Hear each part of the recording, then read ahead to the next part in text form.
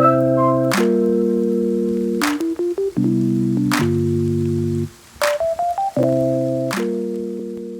amigos, bienvenidos al personaje de la semana de Caracol Radio. No podíamos dejar pasar este 17 de abril, que es una fecha importante para todo el mundo de la literatura, para lo que significó nuestro Nobel Gabriel García Márquez y especialmente para nuestro Caribe colombiano. Y en el personaje de la semana, Gabo siempre será ese personaje por descubrir, por el que tenemos que hablar, conversar, generar un diálogo creativo como el de hoy. Y yo tengo el gusto de tener a grandes invitados hoy.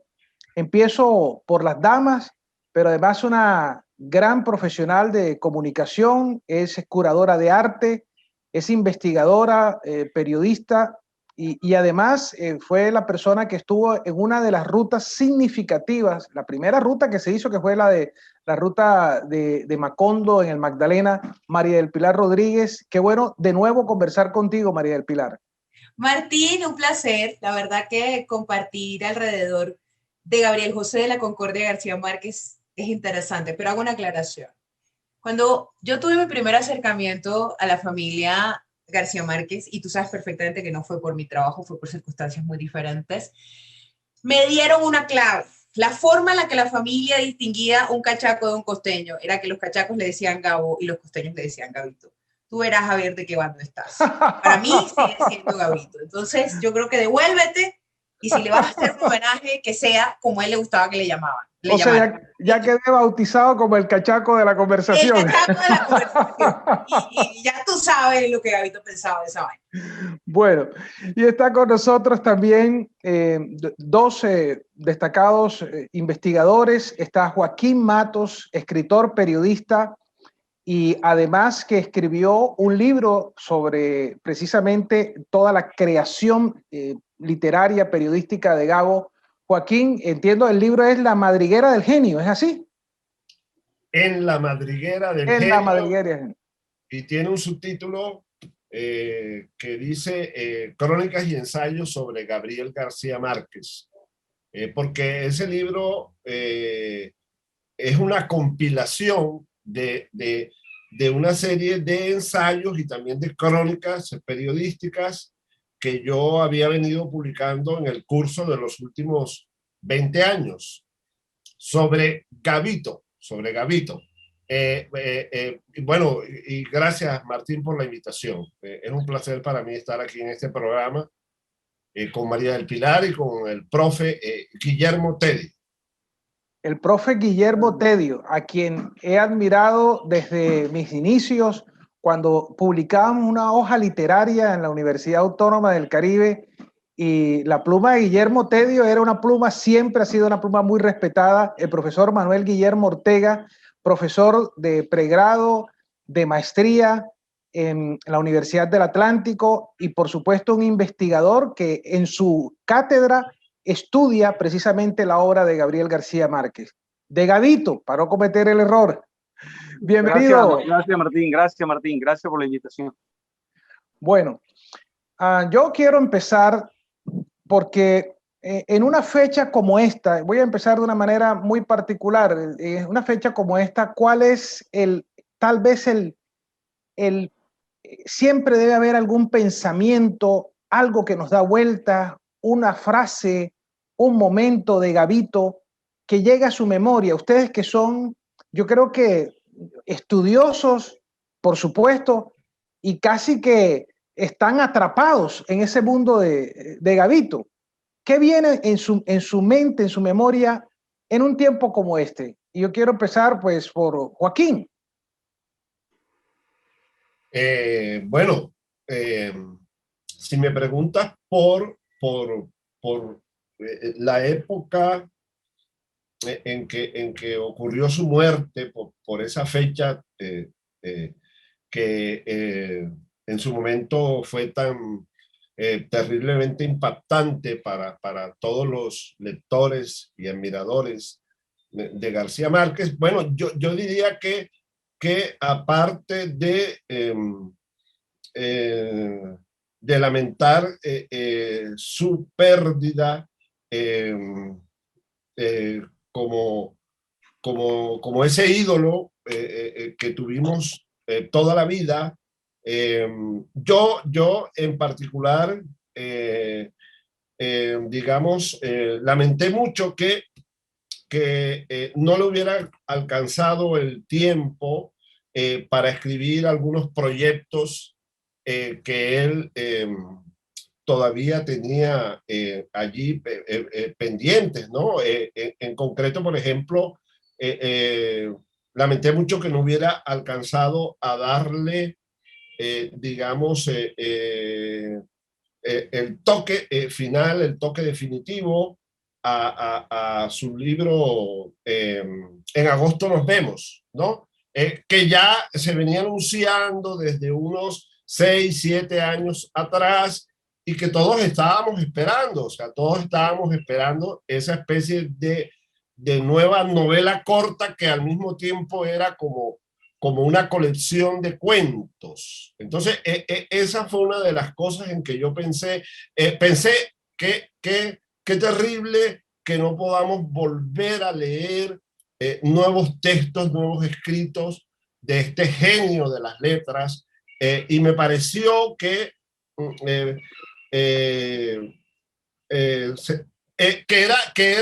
había sido un fallecimiento precoz, a pesar de que ya tenía 86, 87 años, porque es que no todo, un genio de esa categoría pues surge cada 50, cada 100 años, diría yo, y bueno, yo hubiera esperado que, como en el caso de otros creadores, hubiera vivido por lo menos unos 10 años más para que nos hubiera entregado nuevos frutos de su infinito talento, ¿no? Bueno, María del Pilar Rodríguez, que su historia es tan particular. Primero voy a hacer una mención sobre agosto. En agosto nos vemos. En agosto nos vemos, reposa en el Harry Ransom Center de la Universidad de Texas, lo que hace augurar que en el estado en el que se encuentre va a ser publicado en algún momento. Pero ese libro sí cumplió su misión, en mi opinión, porque Mercedes Barcha murió en agosto. Murió el 15 de agosto. Entonces, sí se vieron en agosto. Eso como primer apunte. Esta fecha para mí es una llamada telefónica. Antes de que los medios de comunicación anunciaran la muerte de Gabriel García Márquez, yo recibí una llamada del Museo de Arte Moderno de Cartagena. Acaba de llamar Mercedes a decir que se murió Gabito y yo no sé a quién llamar. Le dije, llama a Juan Gosaín, que es el derecho a las cosas. Después de eso, llamé a Carlos Martínez Simán, para quienes se leyeron Vivir para contarla, el hijo de Hermógenes Sol. Y llamé a Carlos y le dije, se murió Gabito. Y Carlos me dijo, ahora sí es verdad que le tenemos que cumplir con la ruta Macondo-Sucre. Carlos Martínez Simán, además de ser uno de los primos más cercanos a Gabriel García Márquez y una trayectoria política que no cabe mencionar, ha sido el adalid de buscar desarrollar la ruta Macondo-Sucre, porque pues sabemos que el capítulo Sucre ha sido el menos visibilizado en todos los trabajos que se han venido haciendo alrededor de Gabriel García Márquez. Y hoy, justamente en su aniversario luctuoso, puedo decir que le estamos cumpliendo. Entonces, digamos que esta fecha para mí reviste celebración porque le estamos cumpliendo. Estamos haciendo el desarrollo de la ruta Macondo-Sucre. Entonces, en ese orden de ideas, esa llamada que se convierte como en un trato con él, o sea, como que lo que tenemos que hacer más que cualquier otra cosa es seguir avanzando, porque pues ya se había hecho la ruta Macondo, Magdalena, Zipaquirá, Bogotá, Barranquilla, Cartagena. Y seguían faltando Valledupar, Cincé, Sucre, Caimito y Magangué. Entonces, que estemos haciendo en este momento el desarrollo investigativo del departamento de Sucre con miras a configurar la ruta, obviamente teniendo en cuenta los desarrollos muy importantes que se han hecho en el departamento de Sucre, porque hay investigadores que han hecho ya desarrollos muy significativos, pero es necesario traer una consolidación para que haga parte de la ruta Macondo-Colombia, que Martín sabe que por azares del destino y por los caprichos de Gabito, terminé yo al frente de eso, pero hoy padezco el síndrome de Estocolmo, me enamoré de mi captor. Entonces, digamos que eso es un poco el tema de En agosto nos vemos y bueno, una llamada que se convierte en promesa y una promesa que hoy, digamos, se está cumpliendo y eso me da un poquito de tranquilidad con relación a este tema.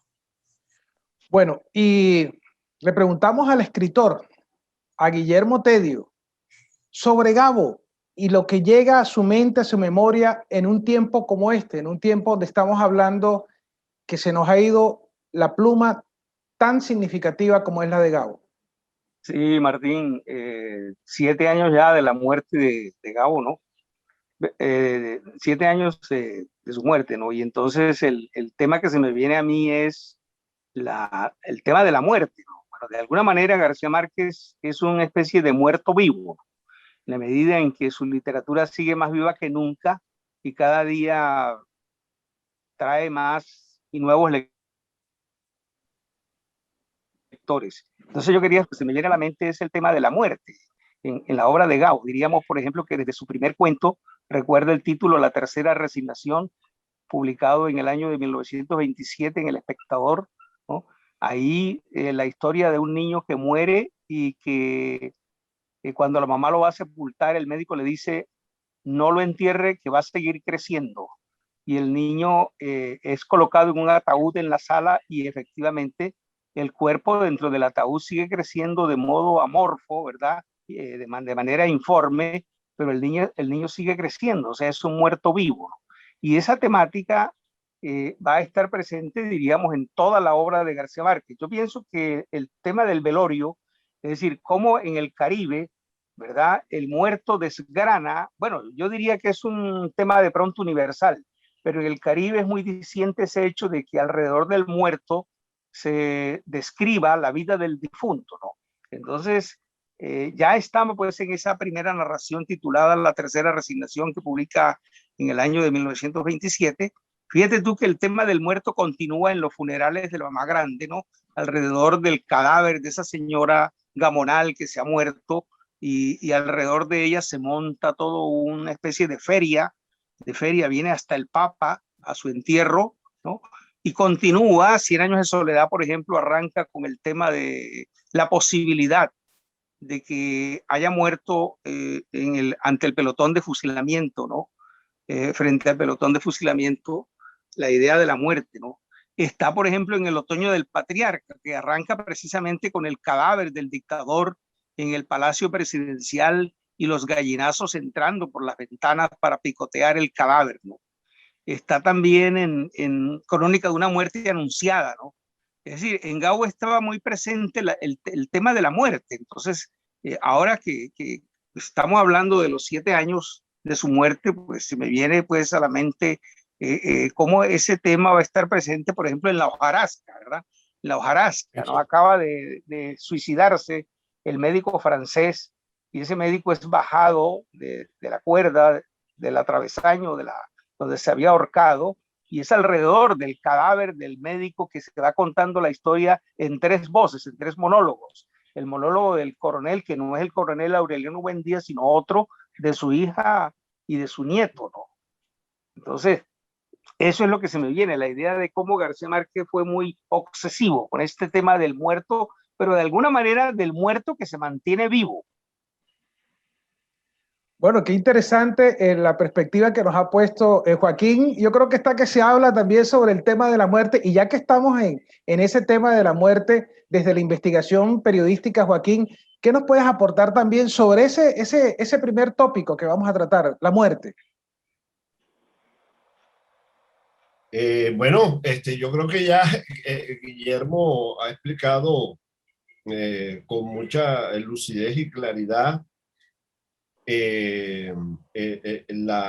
la importancia y la recurrencia que tiene ese tema en los libros de ficción de García Márquez. Bueno, y sobre eso yo tendría que agregar el hecho de que particularmente en 100 años de soledad, ¿no? Los muertos siguen apareciendo, los muertos vuelven a la casa y siguen habitando en la casa, ¿no? Que es un tema que digamos, relaciona bastante a García Márquez con El Pedro Páramo de Juan Rulfo, que fue una novela que, como él mismo lo atestiguó, influyó mucho en un momento, influyó mucho en él en un momento en que él estaba empantanado y justamente no sabía cómo resolver ciertos problemas técnicos relacionados con la escritura de Cien años de soledad. A mí me encanta mucho esa dimensión fantasmagórica que hay en la obra de García Márquez y que está lo más desarrollada posible en 100 años de soledad, ¿no? Recordemos por ejemplo, el primer muerto que hay en Macondo es Melquíades, pero el fantasma de Melquíades sigue habitando en la casa de los Buendía. Después regresa el fantasma de Prudencio Aguilar, que había sido el muerto, para seguir con el tema de Guillermo, el muerto que obligó a los Buendía a emigrar de la ranchería indígena donde vivían y a fundar a Macondo. Es decir, que fíjate, se puede decir que fue a raíz de un muerto que se fundó Macondo, porque los Buendía realmente salen huyendo de la ranchería donde vivían porque el fantasma de Prudencio Aguilar no los dejaba tranquilos, los acosaba día y noche, porque incluso ya llegó un momento en que se descaró tanto el fantasma que se les aparecía hasta de día. Bueno, y luego ese fantasma, cuando muere Melquíades, que es el primer muerto de Macondo, él encuentra en el mapa de la muerte, encuentra a Macondo, gracias a ese primer muerto que fue Melquíades. Entonces Prudencio vuelve a aparecer en la casa y después sucesivamente los sucesivos muertos que hay en la casa de los Buendía, ellos luego siguen habitando en la casa como fantasmas. Yo recuerdo que incluso hay un momento en la novela, hacia el final, cuando ya prácticamente la estirpe está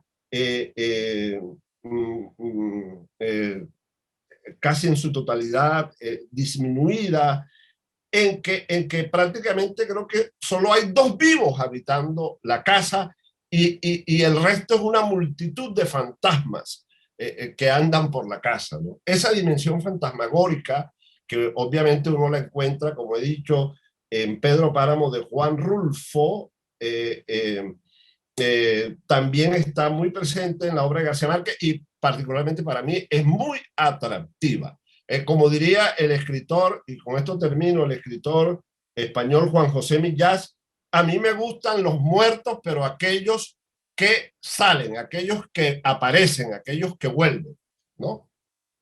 Bueno, impresionante escucharlos en esta conversación. María del Pilar, cuando has hecho ya todas estas rutas de Gabo, de Gabito, pues también aparece la muerte. En una de nuestras conversaciones caminando, recuerdo yo, las calles de Cartagena, hablábamos del amor en los tiempos del cólera y bueno, y ahí hay calles que nos podrían contar historias.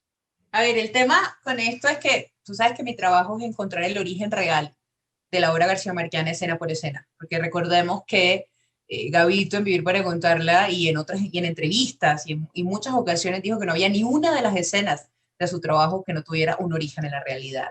Entonces, para el desarrollo de este tipo de, digamos, de narrativas que nos comentaba el profesor y que nos contaba Joaquín alrededor de la muerte, lo más interesante es que vienen de experiencias reales. Gabito le tenía mucho miedo a la muerte, y no a la muerte en el sentido de morirse, sino en el sentido de los muertos aparecidos.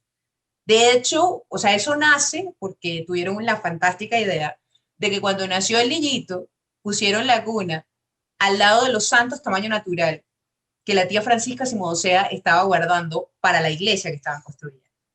Entonces, imagínense la experiencia de un niño chiquitito que abre los ojos y ve un montón de santos tamaño natural.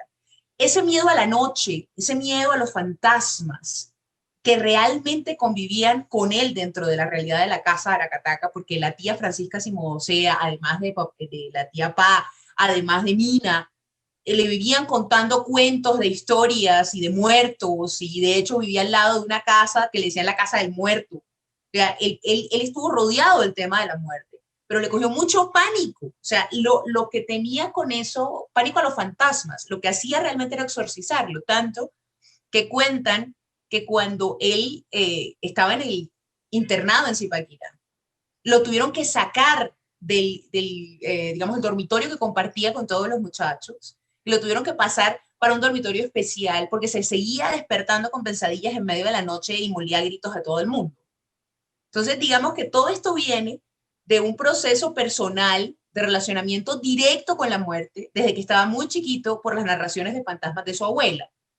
¿Qué sucede? Todo esto está también, por ejemplo, La otra costilla de la muerte, que es uno de sus primeros cuentos que también muestra como toda esta obsesión que hay con este fantasma que lo persigue, porque el tema de la muerte lo persigue y lo angustia, porque incluso se cuenta que cuando la ceremonia del premio Nobel, días antes, pues que estaba hospedado en el hotel, seguía en insomnio, o sea, seguía aquel insomnio que lo angustiaba tanto con relación a los fantasmas. Entonces, digamos que todo eso es consecuencia, digamos, de una experiencia vital que hubiera traumatizado a cualquier niño de cualquier latitud, pero que este personaje, por la naturaleza de su cerebro y por sus capacidades excepcionales, logró convertirlas en arte. O sea, un trauma que se convierte en arte. Entonces, de ahí viene toda esta historia de por qué llegar a eso. ¿Qué sucede? Cuando él lee La Metamorfosis de Kafka, que la lee en Bogotá, poco antes del 9 de abril, más o menos en 1947, cuando estaba estudiando en la Universidad Nacional, que de hecho la Metamorfosis de Kafka se la presta a un sucreño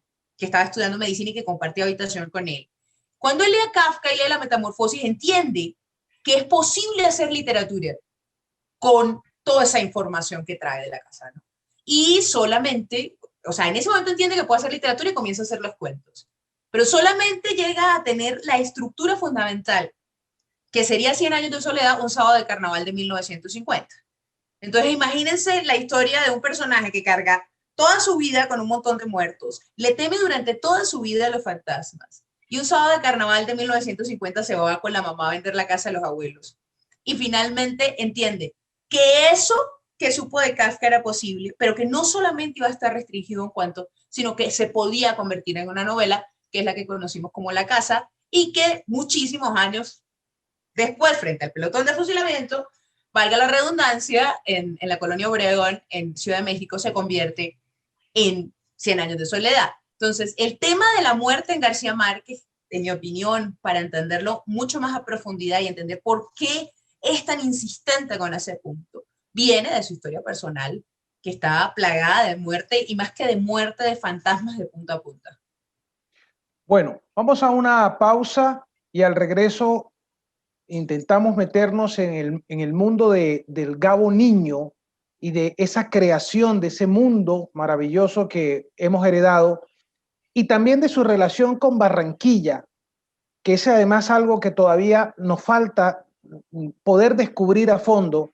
Y creo, y ahora los invitados me dirán, creo que Barranquilla le debe a la memoria de Gabo una mayor presencia de su obra, una mayor presencia de lo que hemos llamado una ruta de Gabo en Barranquilla, que la gente desde muy pequeña y que la gente que nos visite pueda sentir lo que ha sido esa relación de Gabito con Barranquilla. Vamos a una breve pausa y ya regresamos en el personaje de la semana de Caracol Radio.